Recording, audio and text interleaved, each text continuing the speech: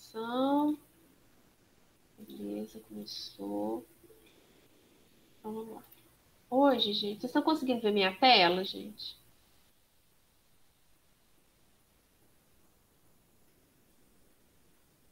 Tá aparecendo a tela para vocês? Sim, professora, tá dando para ver.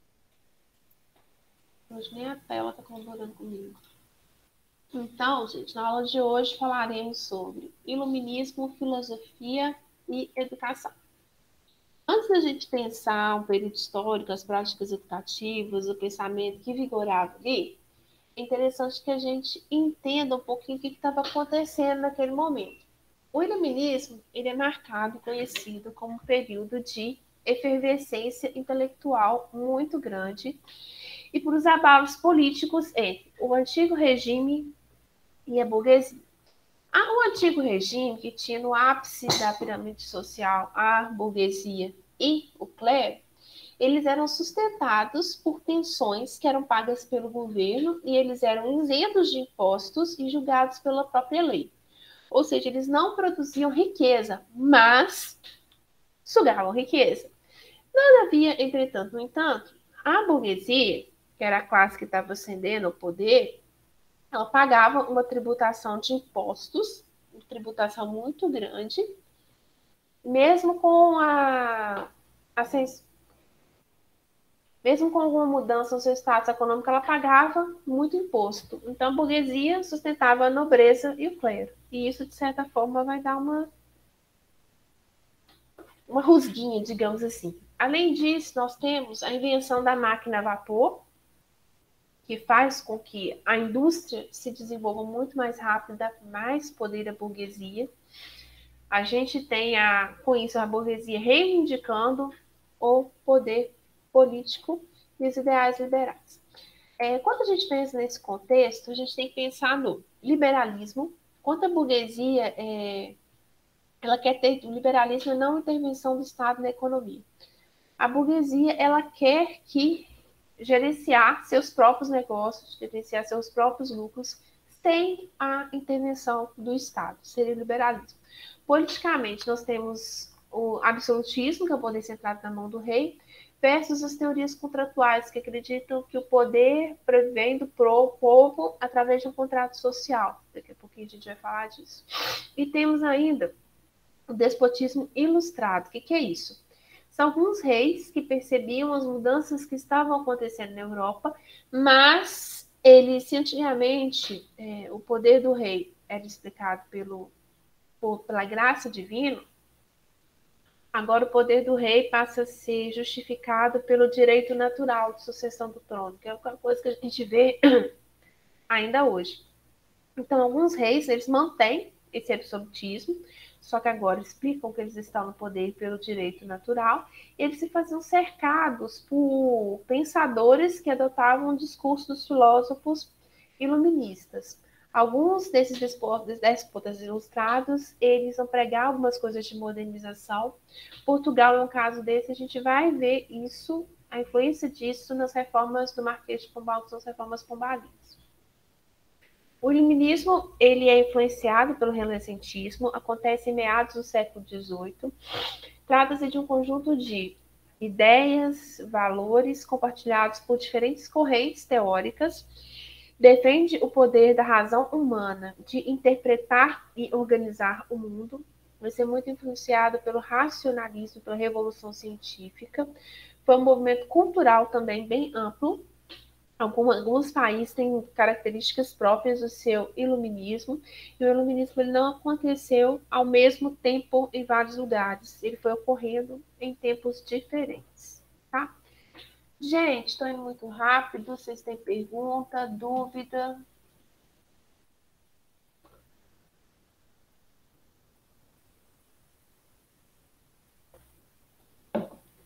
A internet caiu? Não. Okay. Tranquilo, gente? Responda para mim no chat, só para saber se vocês estão me ouvindo ainda. Tá tranquilo, professora. Estamos te ouvindo. O iluminismo ele vem contribuir para fortalecer uma consciência individual e autônoma provando que nós, seres humanos, somos capazes de conhecer o real. Para os iluministas, todos os seres humanos têm uma luz natural. Essa luz natural que nos guia, enquanto seres humanos, seria a racionalidade. E essa luz, a racionalidade, se desenvolveria através do tripé: conhecimento, educação e ciência. O iluminismo, ele tem 3 pilares. Primeiro, a liberdade, que é a livre iniciativa do comércio. A burguesia, ela quer negociar, administrar seus próprios lucros sem tanta intervenção do Estado. Individualismo, porque defende um indivíduo livre, autônomo, consciente, capaz de se autodeterminar. E igualdade jurídica, que é a questão da liberdade. Nós temos várias revoluções que foram inspiradas pelo iluminismo no mundo. A gente tem a Revolução Industrial, de 1750, o Movimento de Independência dos Estados Unidos, de 1760, e a mais conhecida de todas, que é a Revolução Francesa, com seus ideais de liberdade, igualdade, fraternidade, de 1789.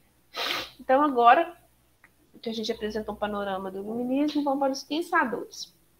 No iluminismo, existiu a Enciclopédia, que era um projeto editorial e pedagógico, onde vários pensadores eles queriam sintetizar o saber que circulava na época em um exemplar de um livro, e que esse livro ele fosse ao alcance do público geral. Lembrando que quem vai ter acesso a uma enciclopédia é quem sabe ler, e o público geral não sabia ler. Então é um público geral que não é um público geral. A síntese do saber da época para aqueles que tinham o domínio da leitura.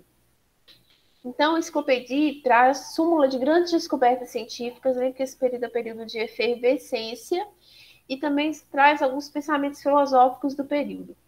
Eles acreditavam, os enciclopedistas, que através da enciclopédia ela seria um elemento que contribuiria para libertar o homem da ignorância e das superstições com conhecimento científico. Vários autores escreveram na enciclopédia. Nós temos o Diderot, o D'Alembert, o Condorcet, Rousseau, Montesquieu, alguns dos nomes que estão na enciclopédia. O projeto final foi publicado em 1751, tinha 24 volumes, para vocês verem o tamanho da enciclopédia. Lembra aquelas coisas de 1900 antigamente, a Barça, que era um monte de livrinhos, vocês não sei se conheceram a Barça, um monte de livrinho que a gente usava de enciclopédia para fazer trabalho de escola. A enciclopédia foi censurada pelo parlamento francês em 1759 e pela igreja, porque a igreja considerava que alguns autores, alguns verbetes da enciclopédia tinham uma visão anticlerical, eram hereges. Em 1770, ela é reconhecida por Luís XVI e ela passa a circular no modelo em quarto e um oitavo, que era, de certa forma, uma diminuição do tamanhozinho da enciclopédia para poder ser mais acessível, digamos assim. Então, a enciclopédia, como uma forma de organizar todo o saber que existia, um projeto editorial e pedagógico. Tranquilo, gente? Tranquilo. Então, vamos começar, então, com os pensadores. O Rousseau. O Jean-Jacques Rousseau, muito conhecido, muito famoso, já deve ter ouvido falar de Rousseau em algum momento da vida de vocês. O Rousseau, ele foi um sucesso intelectual e político, ao mesmo tempo em que as ideias que levaram ao sucesso levaram a ser perseguido politicamente. As obras do Rousseau, de certa forma, antecipam e influenciam alguns ideais da Revolução Francesa.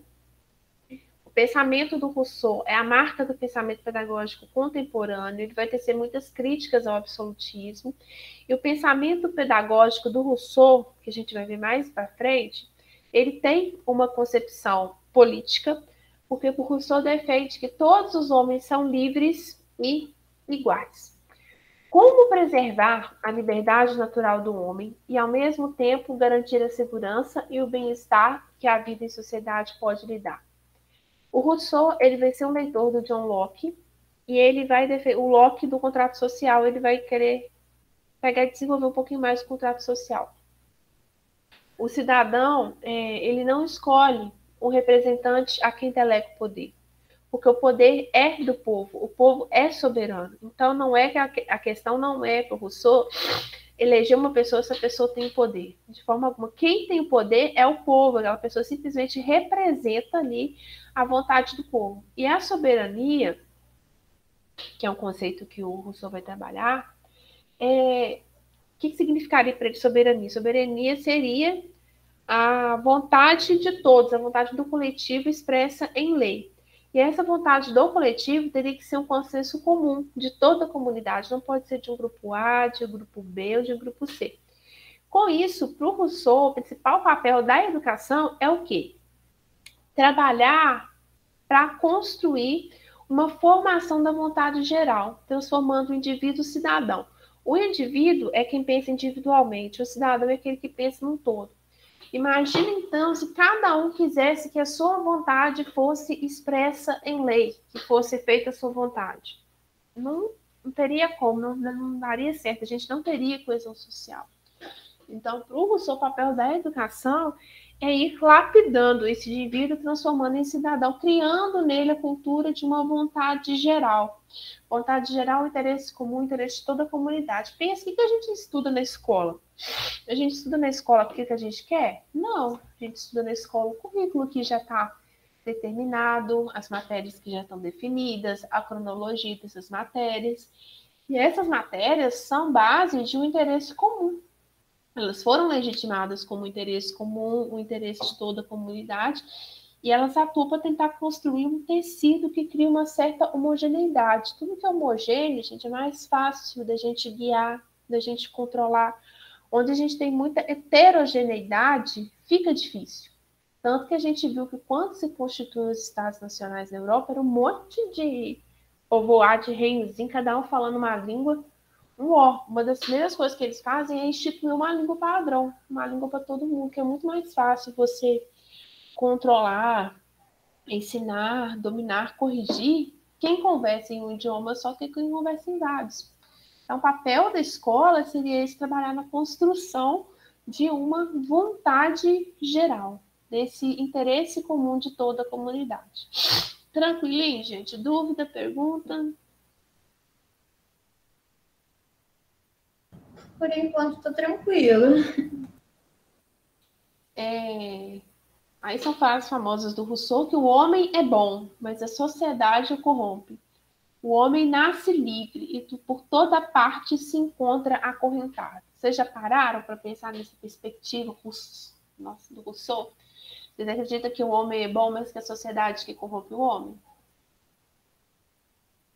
É que ninguém nasce mal, né? Tipo, a gente, quando é criança, a gente não tem o senso do que é bom, do que é mal. A gente vai sendo ensinado. Vocês acham que nós somos livres? Eu acho. Eu acho que as nossas decisões também têm muito a ver com o meio que a gente está inserido, né? Mas você é livre de tudo? Se você quiser sair pelada na rua agora, você pode? Vamos dizer assim. Não, nesse nível não, né? Porque tem as leis. A gente tem uma liberdade. Precisa respeitar as leis.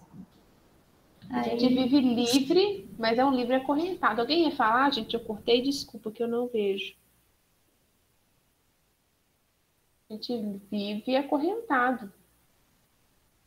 A gente tem uma liberdade, mas a liberdade, de certa forma, existem algumas correntes que nos prendem. Não é tudo que a gente pode fazer, porque existem regras, sanções sociais que pensam nesse todo, nesse coletivo, não tanto no individual. Imagina se cada um quisesse tocar só a nossa própria vontade. Loucura que não ia ser. O Rousseau, ele tem um livro na educação muito conhecido, que é o Emílio. O Rousseau, ele defende nesse livro do Emílio uma escola centralizada no aluno e que a criança ela não é um adulto em miniatura. Gente, isso é muito importante. Por muito tempo na nossa história acreditou-se que o que diferenciava a criança do adulto era o tamanho. E na medida que a gente vai evoluindo em ciências, estudos vão vendo que a criança é um ser que tem especificidades, tem processo de desenvolvimento, que a mente de uma criança, o pensamento é totalmente diferente do aluno. Então, o Rousseau ele bate nessa tecla de que a criança não é um aluno em miniatura, que o ser humano ele deve ser educado para si mesmo e não para Deus, que é uma coisa que vai do choque na maioria das escolas que existiam no período. Emílio é um livro que fala acerca da educação de um jovem que é acompanhado por um preceptor. Esse preceptor educa o Emílio afastado da sociedade, porque para ele a sociedade corrompe o homem. Então, enquanto o Emílio é educado por esse preceptor distante da sociedade, ele encontra a verdadeira natureza do homem. A educação não deve ser livre dos hábitos exteriores, o indivíduo deve ser dono de si mesmo, agindo por interesses naturais e não constrangimentos exteriores e artificiais. O Rousseau, ele recusa o ensino formal baseado em livros, diz que o ensino não se reduz simplesmente à questão intelectual, fala da necessidade de se instigar a curiosidade do aluno e ele propõe até os 15 anos, o aluno ele deve ter controle do mundo físico e da relação com as pessoas. Deve-se trabalhar com os alunos sentimentos, emoções, instintos, e após os 15 anos ele vai para uma educação moral totalmente dita. Essa obra do Rousseau recebe algumas críticas por ser educação elitista. O Emílio ele vai para um lugar afastado do mundo, ser educado por um preceptor, não é a realidade da maioria de todos. Acha-se também que separar a pessoa da sociedade, esse individualismo, é um pouco perigoso, não é um pouco prejudicial, trocar a palavra, porque a gente vive em sociedade, a gente não tem como viver isolado. O Rousseau critica-se também o otimismo que ele tem exagerado no papel da natureza e a redução que ele faz do papel do preceptor, tá? E também o fato de que o Rousseau defende que a mulher ela deve ser educada para servir ao homem. A educação de Emílio é a educação de um homem, e as mulheres são totalmente cortadas e excluídas desse processo. Tranquilinho, gente? Dúvidas? Tranquilo. Um dos outros autores da Enciclopédia de Diderot, que é escritor, enciclopedista e filósofo francês, e defende que a ciência é muito importante, é o principal motor para o desenvolvimento e o progresso do homem, e que o papel da política deve ser trabalhar para diminuir as diferenças sociais. Dessa forma, a religião ela deve estar ligada simplesmente à questão do comportamento humano, a religião não deve se envolver em assuntos políticos. O Diderot é uma pessoa que defende muito ciência, tecnologia para o desenvolvimento das sociedades, para o desenvolvimento econômico, e ele foi um crítico do absolutismo e do poder da influência da igreja na sociedade, porque o papel da igreja deveria ser a formação do comportamento, não tal qual como a igreja se colocava naquele período. Helvétius é um filósofo e literato francês. Ele considera que todos os homens são iguais, todos os homens teriam as mesmas aspirações e através da educação os homens eles seriam trabalhados para que os seus interesses individuais se tornassem interesses da coletividade. Vejo que nesse período a gente vê muito esse trabalho, esse refino de tentar transformar o homem em um ser individual em um ser coletivo que pensa no todo. O Voltaire, ele defendia liberdade de expressão, liberdade religiosa de associação. Ele criticou as instituições da monarquia, o poder da Igreja Católica e sua interferência no sistema político. Foi defensor do livre comércio e contra o controle do Estado na economia, que era uma pauta da burguesia. E as ideias do Voltaire influenciaram muito a Revolução Francesa e a Revolução dos Estados Unidos. Montesquieu é um filósofo, político e escritor francês, também contrário ao absolutismo. Também teceu várias críticas ao clero católico. Ele defendia a questão da democracia e a divisão dos três poderes, tal qual a gente tem hoje no Brasil: executivo, legislativo e judiciário. Acredita-se que pela existência desses três poderes, a gente pensa, por exemplo, no absolutismo, o poder está centrado em um só, que é o rei. No caso da proposição do Montesquieu, a gente tem o poder dividido em três. É o caso que a gente vê hoje no Brasil. A gente tem o executivo, o legislativo e o judiciário. Vejam, por exemplo, hoje, qual a importância que o judiciário brasileiro tem. Eu acredito que vocês devem, com certeza, conhecer, falar algum nome de algum ministro, se eu perguntar aqui, alguém sabe. O nome de algum ministro do Supremo. Já ouviram falar do Supremo Tribunal Federal? Conhecem algum ministro do Supremo?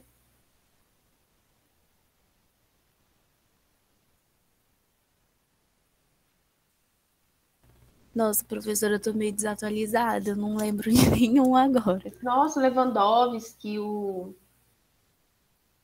Carmen Lúcia, Rosa Weber, Alexandre de Moraes.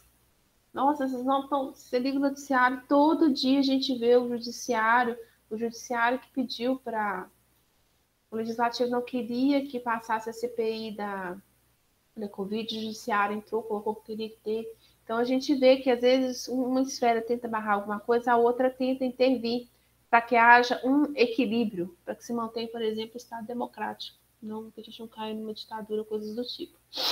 Kant, ele vai pensar naquele, ele vai retomar os racionalistas e os empiristas. Os racionalistas falam que a questão está na razão e os no pensamento, e os empiristas no sentido. Para Manuel Kant, racionalistas e empiristas não são suficientes para poder explicar o conhecimento humano, porque o conhecimento humano ele é uma síntese do que nos dá a experiência e do que nos fornece a razão. Seria uma mistura do racionalismo com o empirismo. E esse conhecimento, essa base desse conhecimento é a mesma para todos os seres humanos. Para o Kant, a aprendizagem significa o controle do desejo pela disciplina. A educação deve desenvolver a razão e a formação do caráter moral. Ele defende que o aluno deve pensar por si mesmo. Então, nesse contingente iluminista, a gente vê debates em torno de se separar educação de religião, a proposição de uma escola leiga e livre, independente do privilégio de classe, todos teriam acesso à educação. Para que isso ocorresse, a educação deveria ficar sob responsabilidade do Estado, sendo que o Estado deveria ofertar de forma gratuita e obrigatória, ou seja, todos deveriam cursar o ensino elementar. A gente vê uma defesa e um fortalecimento muito grande do nacionalismo e do ensino do nacionalismo e ensino de línguas vernáculas em substituição ao latim. O que são línguas vernáculas? São as línguas que se falam naquele país. Antes a gente via que a educação estava pautada no latim, que o latim que era a língua universal. Nesse momento da história, a gente vê a defesa do que é nacional e a importância de se ensinar a língua que se fala naquele país.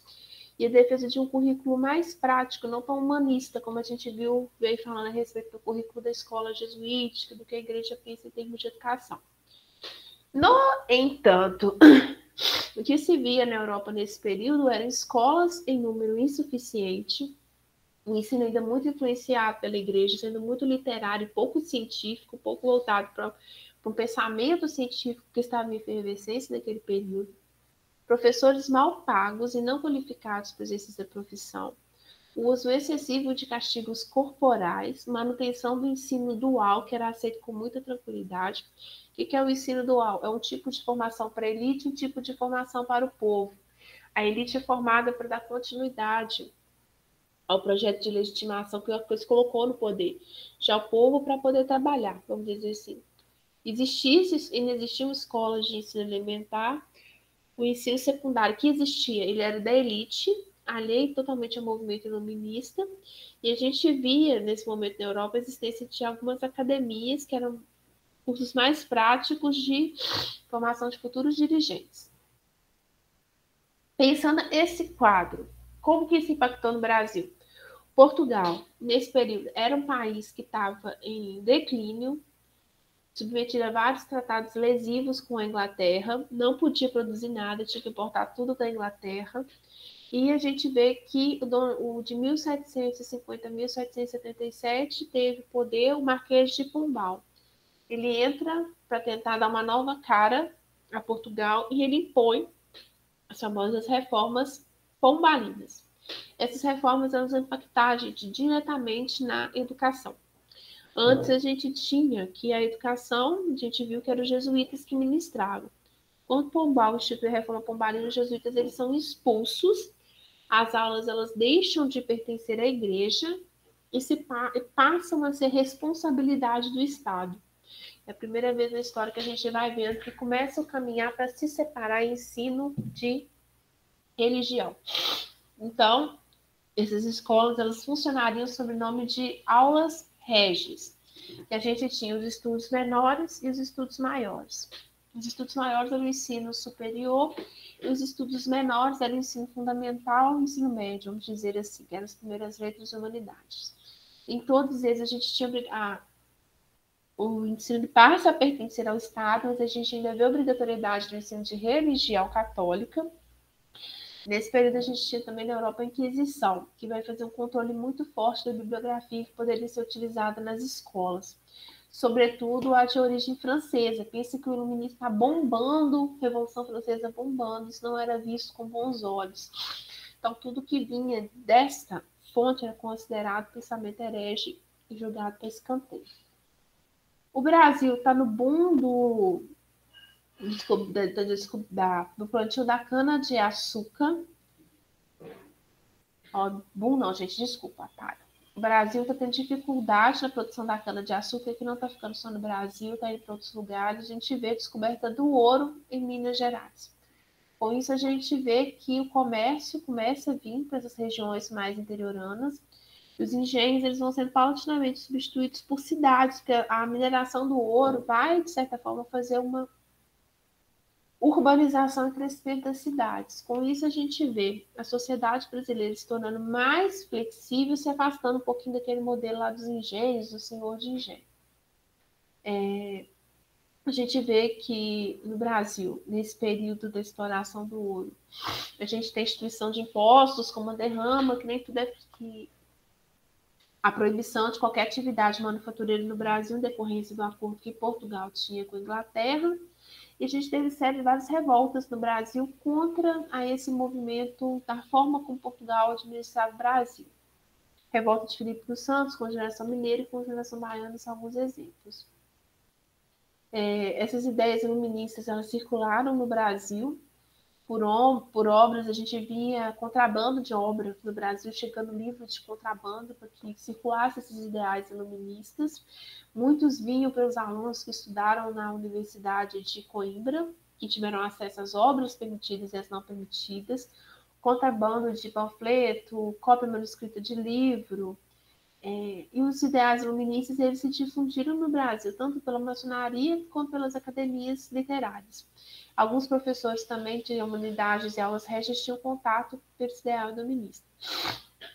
Como eu disse para vocês, os jesuítas eles são expulsos do Brasil em 1759, os bens são confiscados, os livros e manuscritos jesuítas queimados e destruídos, ou seja, mais de 220 anos de legado educacional no Brasil, foi tudo por fogo abaixo. E quando Pombal expulsa os jesuítas, ele não propõe de cara uma forma de escolarização que venha substituir o que os jesuítas faziam. Os índios eles são julgados à própria sorte, porque a gente vê que os jesuítas, alguns índios e missões eram protegidos, os índios ficam à própria sorte. E só se o Pombal expulsa em 1759 jesuítas, em 1772 ele institui no Brasil o ensino público oficial. Seriam professores nomeados pelo Estado, com um plano de estudos e inspeção escolar, algo que não funcionou, tá, gente?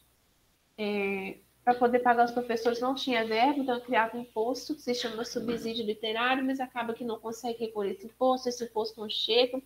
Então, a educação brasileira vira um caos, um retrocesso, porque a gente sai de um modelo dos jesuítas, que apesar das inúmeras críticas, era um modelo estruturado para um que não tem nem pé nem cabeça. Tá? Então, a gente vê nesse contexto que quem tem dinheiro paga um preceptor para ensinar os seus filhos. Essas escolas financiadas pelos governos eram escolas muito precárias, improvisadas. Funcionavam na igreja, em prefeitura, loja maçônica, na casa do professor, e eram poucas, um número insuficiente, não dava conta da demanda.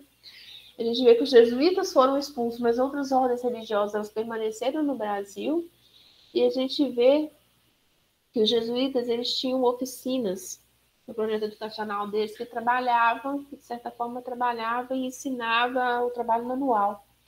A expulsão de jesuítas, essas oficinas são todas destruídas, a gente vê surgindo em alguns lugares do Brasil lojas de ofício para tentar ensinar essa formação profissional. Então, a gente vê que o iluminismo ele vem no movimento de mudança. A principal contribuição no âmbito da educação é a gente pensar no poder da razão e a separação do Estado da Igreja, e que no Brasil a gente tem a reforma pombalina, a expulsão dos jesuítas, que foi um caos, continuou instituindo o ensino dual, ou seja, uma educação que não é para todos, algo que a gente vê no projeto pedagógico brasileiro até hoje, né? Uma educação dividida. Gente, vocês têm dúvida, pergunta?